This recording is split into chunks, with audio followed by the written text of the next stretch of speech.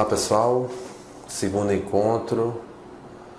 Hoje nós vamos trabalhar a unidade 2, Brasil, Colônia e Monarquia, repercussões na educação. É o tópico 2.1, educação construída pelos padres da Companhia de Jesus. A chegada dos jesuítas ao Brasil merece uma contextualização histórica, né? A chegada se deu em 1549, não é? Povos indígenas habitavam e os jesuítas vinham com a intenção e com o objetivo de educar, né? Educar pela catequese, mas a educação que também atendia aos interesses da coroa portuguesa. Porque uma vez esses índios educados, esses índios catequizados, esses índios aculturados com o modelo de uma cultura ocidental, eles poderiam bem melhor atender os interesses da colônia, né, de Portugal. Nessa época, a organização social era uma organização baseada numa hierarquia, né, num poder que vinha da colônia, dando amplos poderes a esses padres jesuítas, a esses primeiros proprietários de terra, amplos poderes para explorar um país recém-descoberto, com muitas riquezas naturais. Um exemplo é o pau-brasil, árvore que, inclusive, a origem do nosso nome vem da denominação dessa árvore, né, Brasilis. Então, essa riqueza inicial, essa riqueza natural, deveria ser explorada, e para ser explorada, ela necessitava de mão de obra. E qual era a mão de obra que se tinha nessa colônia, nesse Brasil recém-descoberto? Os próprios índios. Então, a cultura indígena, ela não permitia inicialmente essa exploração.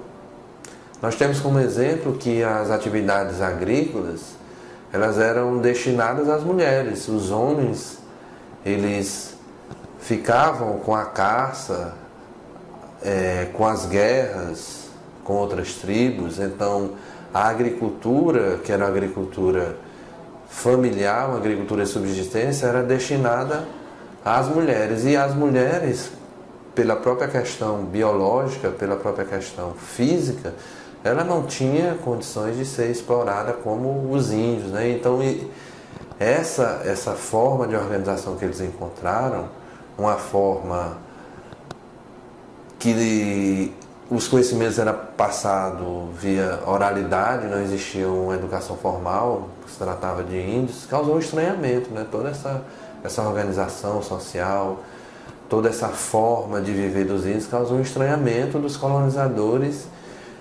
e com isso veio com bem mais força o objetivo dos jesuítas, né? Que se instalaram aqui para inicialmente, com a catequese, converter os índios, né, à fé católica, à fé cristã, mas indiretamente, ou mesmo diretamente, né, atingia interesses econômicos, né, que esses índios aculturados, esses índios, vamos dizer assim, entre aspas, catequizados, eles poderiam servir bem melhor economicamente aos interesses da colônia.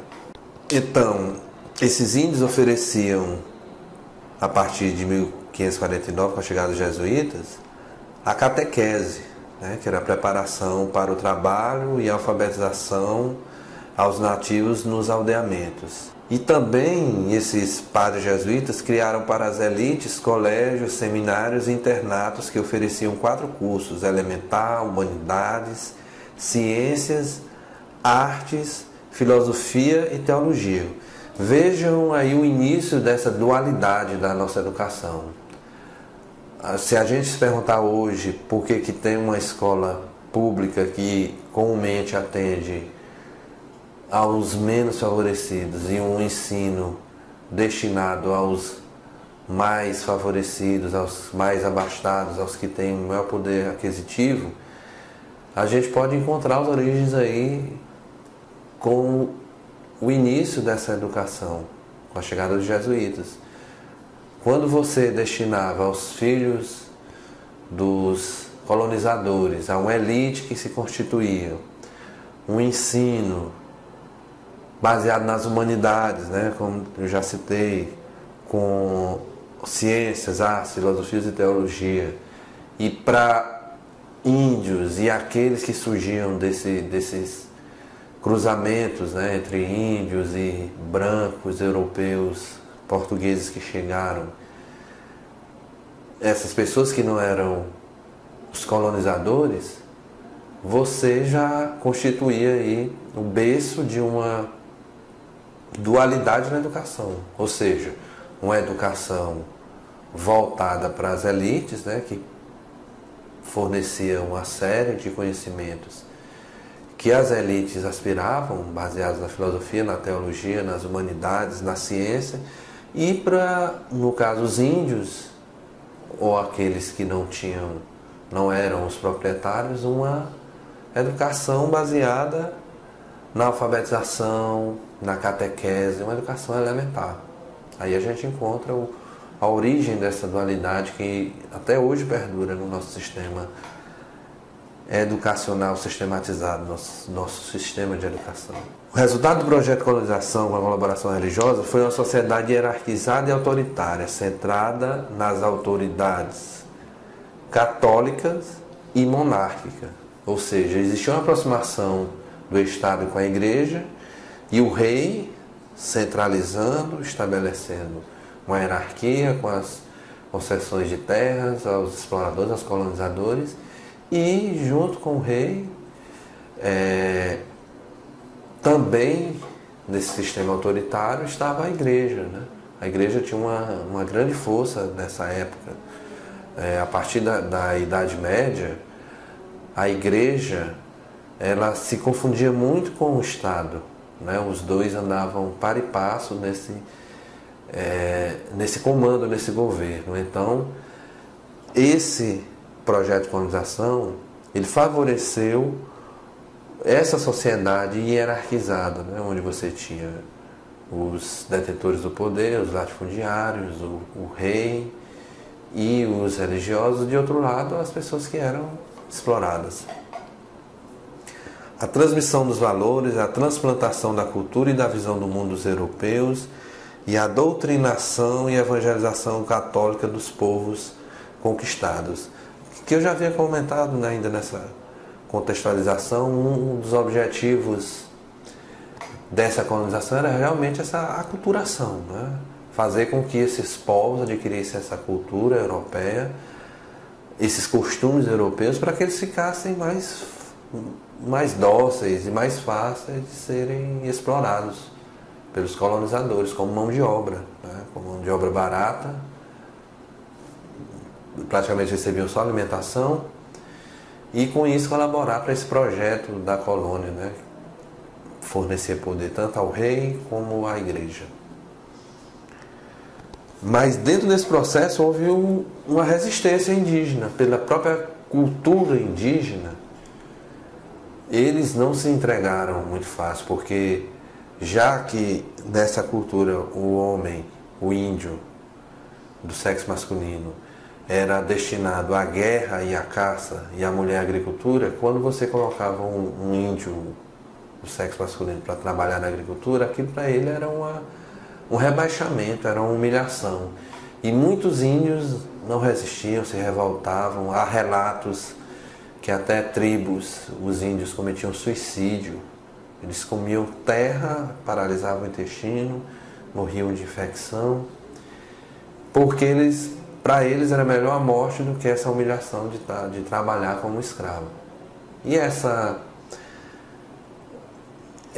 resistência indígena fez com que no Brasil, né, na colônia, apressasse a ter uma substituição que veio com os escravos da África, né, com os negros trazidos da África como substituição a essa mão de obra indígena que não cedia. Nessa formação da sociedade existia claramente essa escola destinada à elite. Nessa educação também existia de forma clara a distinção do trabalho manual e intelectual, ou seja, para a elite, para quem dominava, uma formação humanística, uma formação literária, uma formação mais apurada, e para aqueles que iam servir, uma alfabetização, uma coisa elementar básica, uma catequese, a questão da religião, para favorecer esse aculturamento. Isso era claro, essa separação nesse modelo de sociedade. E os funcionários da escola, né, desse rudimento de escola, dessa primeira iniciativa de escola que chegou com os jesuítas, era destinado ao trabalho braçal. Ficava bem claro que o funcionário fazia esse trabalho braçal, enquanto que os clérigos, os padres, os freis dessa ordem, eles eram responsáveis pelo trabalho intelectual, que era essa formação, né, das elites e esse aculturamento, essa formação elementar dos povos indígenas. Ainda dentro da unidade 2, essas repercussões do Brasil colônia e da monarquia, essas repercussões na educação, a gente vai ver a questão das aulas régias. Foi um período da educação dirigida pelo Marquês de Pombal. Com a chegada ao poder do Marquês de Pombal, houve uma revolução, né? Os jesuítas foram expulsos porque predominava as ideias iluministas. O que eram essas ideias iluministas? Era nada mais nada menos do que a predominância da razão em detrimento de uma explicação religiosa da sociedade. O homem, ele saía de uma explicação do mundo, das coisas pela fé, e buscava cada vez mais essa explicação através da razão, através da ciência, que fazia essa metáfora, né, que iluminava. Se a Idade Média era conhecida como a Idade das Trevas, o iluminismo, ele iluminou a sociedade através da razão, da ciência, do pensamento. Então, quando o Marquês de Pombal tomou esse poder, ganhou esse poder através da corte portuguesa, a primeira coisa que ele fez foi destituir os jesuítas. Ele expulsou a Companhia de Jesus do Brasil. Também ela foi perseguida em Portugal, porque era uma forma de você apressar essa reforma, retirar esse paradigma religioso da fé e instituir um paradigma iluminista da razão. Então, a partir daí, houve uma mudança, não é?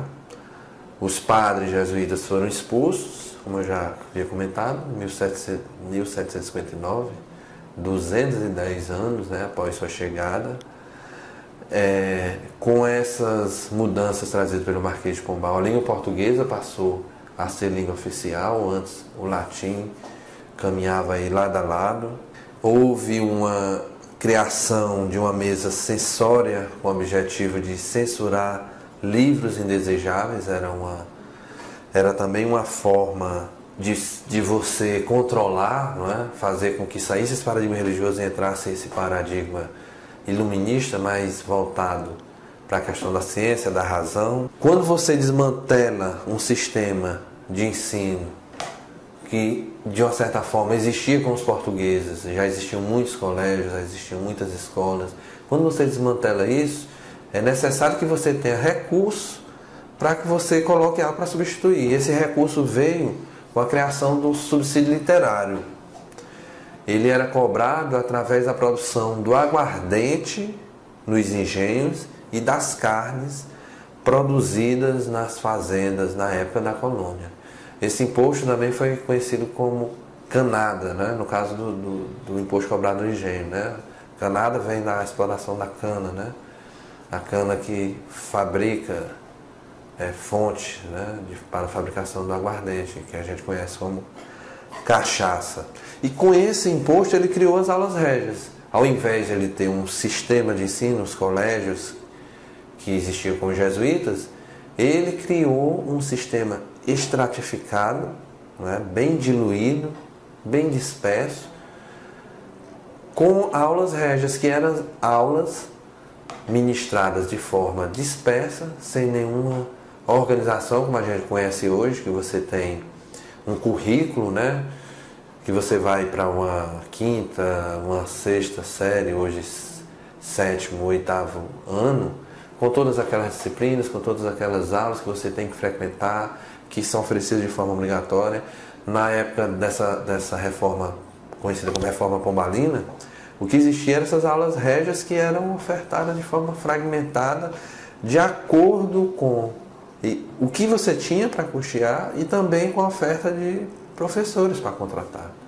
Muitas vezes, em determinadas províncias, você não tinha docentes que você pudesse contratar, que você pudesse pagar para dar essas aulas. Essas aulas régias foram 44 e elas foram instituídas a partir de novembro de 1772. Dessas 44, 17 eram de primeiras letras, hoje como a gente conhece como alfabetização, 15 de gramática latina, 6 de retórica, 3 de gramática grega e 3 de filosofia.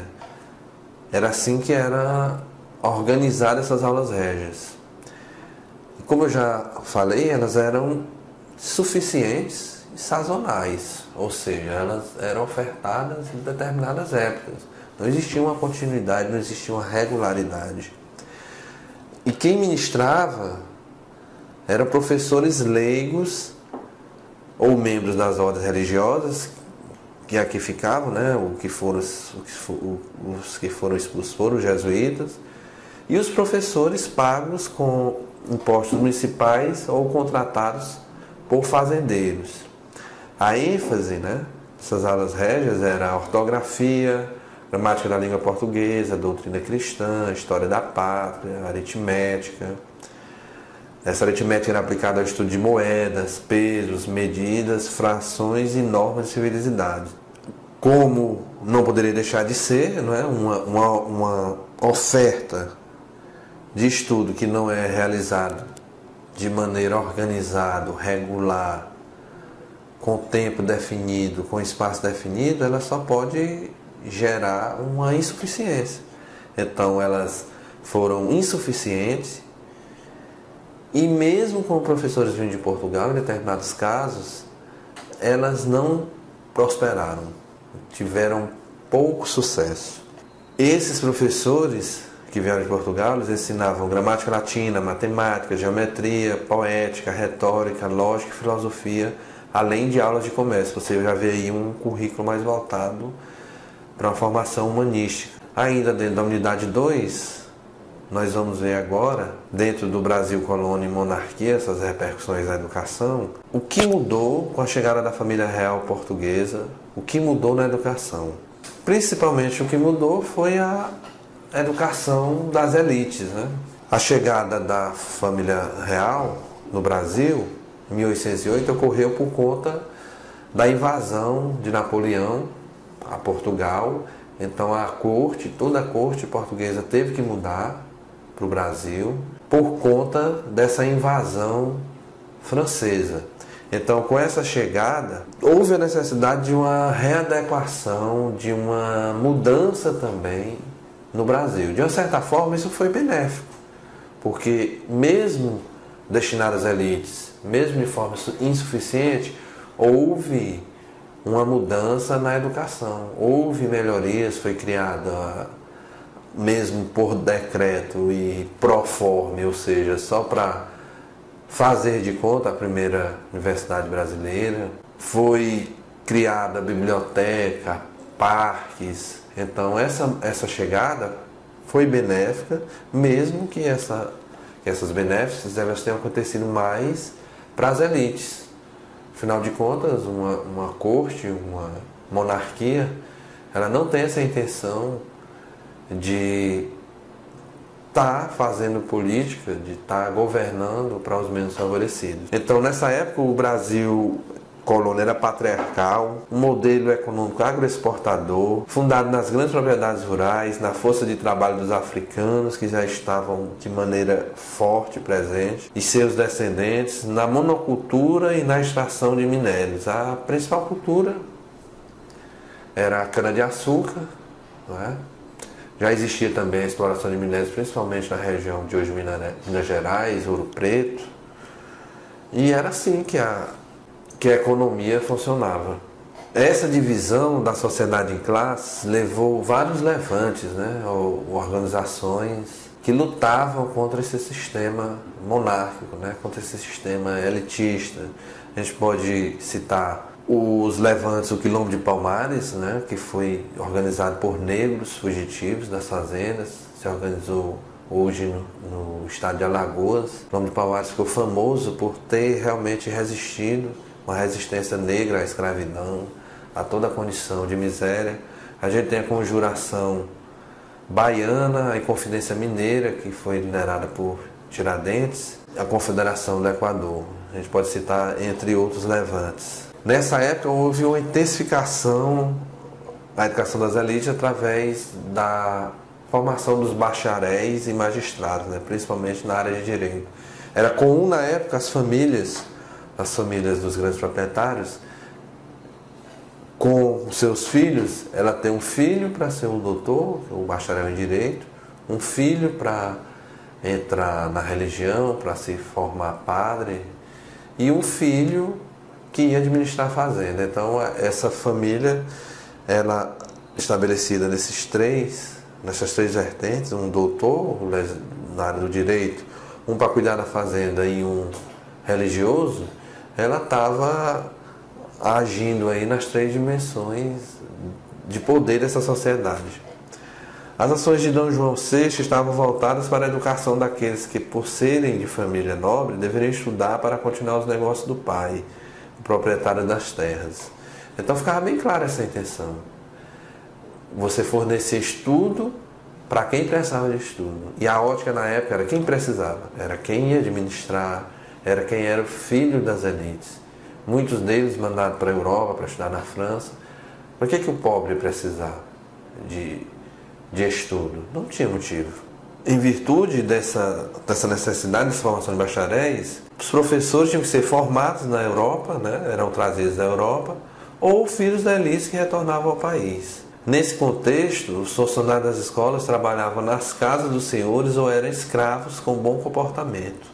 Existe uma forte desvalorização do trabalho manual. Vejam que ainda era forte, ainda permanecia essa desvalorização, essa separação entre trabalho intelectual e trabalho manual. Ou seja, para o rico, para o filho das elites, um trabalho, uma formação intelectual, ia ser um advogado, ia ser um doutor, ia ser um engenheiro, ia ser um professor. E para o pobre, o trabalho manual, dentre eles, né, o trabalho dos funcionários, que era muitas vezes executado até por escravos libertos ou escravos com bom comportamento. Dentro ainda da unidade 2, do Brasil, Colônia, Monarquia e Repercussões na Educação, a gente tem a educação escolar nas províncias e a descentralização do ensino. O contexto histórico dessa descentralização foi a economia que continuava rural, baseada na produção do café, açúcar, pecuária e outros produtos, as oligarquias rurais, que comandavam ainda, com a disputa forte entre liberais e conservadores, os liberais já bem mais defendendo, bem mais aptos a essa não presença do Estado, né, comandando as políticas, e os conservadores que queriam que isso continuasse. A gente tem ainda, dentro desse contexto ainda, mais movimentos, né, a praieira, a balaiada, a cabanagem, revolta do Malês, a sabinada, a guerra dos sarrapos. Então os levantes populares, os levantes sociais, a insatisfação se tornava ainda mais presente. Houve uma mudança importante dentro da educação escolar, que foi a Constituição de 1824, otorgada por Dom Pedro I, que determinava no artigo 179, parágrafo 32, que a instrução primária é gratuita a todos os cidadãos. Dentro desse contexto foram criadas muitas escolas, embora você não tinha ainda escolas para todos, né? Elas eram insuficientes, isoladas e irregulares, e ainda continuou o afastamento das mulheres dos estudos. Teve também, dentro dessa reforma que influenciou o ensino, a Lei Geral do Ensino de 15 de outubro de 1927, que trazendo seu artigo 1º, que deveria existir em todas as cidades, vilas e lugares mais populosos, classes de primeiras letras que forem necessárias. E no artigo 4º, que as escolas serão de ensino mútuo nas capitais das províncias e também nas cidades, vilas e lugares populosos em que for possível estabelecer-se. Então, essa lei, embora você não tivesse condição de constituir, à época, esse sistema de ensino, ela foi considerada tão importante, porque já trazia esse embrião desse sistema de ensino, que até hoje o Dia do Professor, comemorado em 15 de outubro, é em homenagem a essa lei, né? Foi a lei que instituiu o primeiro sistema de ensino que deveria existir escolas de primeiras letras das vilas e locais populosos. Embora não se concretizasse, mas foi uma primeira iniciativa. Ainda essa lei trazia no seu artigo 5º que serão utilizados os edifícios, arranjando-se como tem sido necessário a custa da fazenda pública, e os professores que não tiverem a necessária instrução desse ensino irão instituir-se em curto prazo a custa dos seus ordenados nas escolas das capitais, e haverão escolas de meninas nas cidades e vilas mais populosas em que os presidentes e conselhos julgarem necessário. Vejam aí que ela traz mais mudanças. Primeiro, a questão dos edifícios, né, que já trazia, embora de maneira precária, né, a custa da fazenda pública, quer dizer, o governo iria financiar. A questão da formação dos professores, que deveriam ser custeados por eles mesmos, né, mas pelo menos se fazia referência a essa instrução. E a questão da educação das meninas, né, foi a partir daí que passou a ser defendido, a ser colocada na lei a necessidade de educar as meninas, embora a história mostre que essa educação era a educação mais voltada para o lar, né? Para questões domésticas, para questões que era, na visão da época, necessário a participação feminina, né? Então era uma educação muito mais voltada para que essa mulher, para que essa menina, quando se tornasse mulher, pudesse se casar e servir bem aos filhos e ao marido, do que uma educação voltada para essa atuação profissional como a gente tem hoje. O ato adicional de 1834 trouxe uma mudança à Constituição de 1824. No seu artigo 5º, o ato adicional introduzia a descentralização do ensino no nível alimentar, nas primeiras letras, e também a criação das assembleias provinciais para legislar sobre a instrução pública e estruturar estabelecimentos próprios para promovê-la. Com essa descentralização houve, pelo menos no papel, né, na lei, na forma da lei, a necessidade de você colocar bem mais escolas em mais locais. Tirar essas escolas desses centros maiores e levar para outros centros. Ainda nesse ato adicional, trazer que as províncias cabia o financiamento, a oferta e a organização do ensino elementar. O ensino secundário e superior cabia ao Império. O uso do método mútuo e a presença de uma rede escolar paralela e numericamente superior à rede provincial. Com essa separação desse financiamento, que a escola elementar cabia à província e o secundário superior cabia ao Império, houve um enfraquecimento ainda maior no ensino elementar, porque naquela época a questão dos recursos ainda era bem menor. Imagine províncias que não tinham nenhuma economia, né? Embora a economia seja agrária, mas não tinha nenhuma tradição agrária, não tinha como angariar recursos, como é que ela ia financiar essa educação? E esse ensino superior ficando a cargo da União, a cargo do Império, fez com que ele se concentrasse também nesses grandes centros. Então, é como se a lei, o artigo anterior que trazia essa descentralização, fosse revogado, uma vez que a União não tinha um interesse e nem, vamos dizer assim, o recurso para estar levando esse ensino superior e secundário a todos os locais. O método mútuo foi uma mudança importante, né? Até então, os métodos utilizados era a figura do preceptor, que era aquele professor individualizado no ensino do aluno, com essa mudança do método mútuo, utilizando monitores para grupo de alunos, você tinha condição de atender mais pessoas ao mesmo tempo. E isso fez com que você pudesse levar a educação para mais pessoas. Isso foi uma virada até econômica. Você precisava de menos professores para atender mais alunos. Então essa criação do método mútuo fez com que essa educação também se expandisse. E o outro ponto, essa rede escolar paralela que surgiu, que era bem maior do que a rede provincial. Essa educação privada, que iniciou com a própria igreja. A igreja financiava para quem pudesse pagar, né? Ela ofertava para quem pudesse pagar a educação privada. Então, quem podia pagar eram os grandes proprietários de terra, os senhores. E isso fez com que, mais ainda, essa educação fosse polarizada. Para o pobre, a educação oferecida nas províncias, que mal existia, quando existia de péssima qualidade, e para aquele que podia custear uma educação privada oferecida pela igreja, né? Os colégios religiosos iniciavam aí, né? Hoje a gente tem exemplos de várias organizações religiosas e colégios religiosos que ofertam educação privada ainda hoje. Em 1840 e 1889, já no segundo reinado, foram criados nas províncias do Império liceus, escolas normais, escolas paroquiais, escolas domésticas ou particulares, seminários, colégios masculinos, femininos e internados. Ensino secundário criou-se em 1837 o Colégio Dom Pedro II, no Rio de Janeiro, de caráter humanístico clássico, que era destinado às elites proprietárias e servia como via de acesso aos cursos superiores. Mesmo essas escolas públicas, na época, por exemplo, os liceus, quem tinha acesso também era a comunidade, eram as pessoas da elite, né? Pessoas mais abastadas.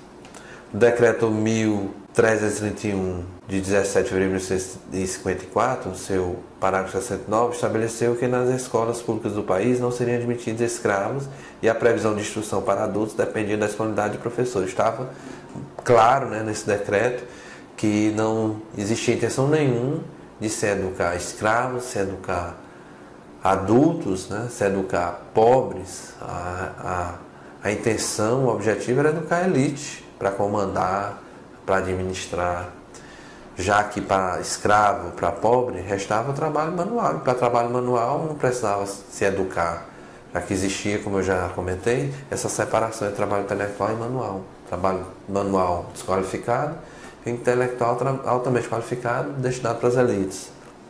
O decreto 7.031-A de 1878 estabelecia que os negros libertos maiores de 14 anos só podiam estudar nos cursos noturnos e as despesas com as luzes das salas de estudo tinham que ser pagas pelo Ministério do Império. Mesmo com essa previsão de pagamento, ficava clara aí essa discriminação, né? Os negros libertos tinham que ser custeados para que essa luz pudesse, já que na época era com óleo, lampião, né? E isso tinha um custo, ela pudesse ser paga pelo Império, né? Ele não podia estudar de dia junto com outras crianças e à noite, para ele poder estudar, essa energia, essa luz, tinha que ser custeada pelo Império, que, como a gente já viu, não tinha interesse nenhum em fazer esse custeio. Presença dos funcionários na escola, na reforma do ensino primário, de 1803, proposta por Rui Barbosa, aconteceu com o estabelecimento que em cada escola tinha que haver um diretor, um secretário, um censor, um amanuense que acumulará a função de bibliotecário e arquivista, um preparador para os gabinetes de física, química e história natural, um porteiro, um contínuo e serventes precisos. Vejam aí que já no segundo reinado, né, já próximo aí à República, você vê a criação desse corpo de funcionários necessários, né? Veja aí a figura do bibliotecário, do arquivista, desse preparador para os gabinetes de física, que hoje é o técnico de laboratório, né? Um contínuo, um porteiro. Então a gente vê aí nascer realmente, surgir esses primeiros funcionários com funções mais específicas. Então a gente viu que em todo esse período de colonização no Brasil foi marcado por essa dualidade na educação, uma educação voltada para formar a elite, uma educação humanística, uma educação superior, muitas vezes continuada até na metrópole, em Portugal ou em outros países da Europa, e quando passou a ser ofertada no Brasil com a criação de universidades, ela tinha realmente o objetivo de formar elites, e do outro lado uma educação voltada para esse ensino elementar, esse ensino básico, já que para trabalho manual não era necessário investir tanto na educação. De outro lado, a gente viu também esse surgimento desses funcionários que no início eram escravos, né, de bom comportamento, e passou já próximo à República a essa definição desse corpo de funcionários, dessa necessidade. Então, em todo esse período da colonização, passando para a chegada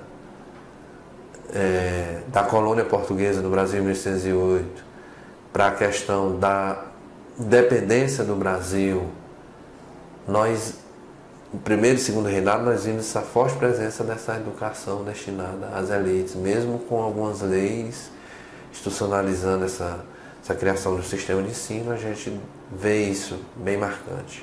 Ok? Então, até o nosso próximo encontro.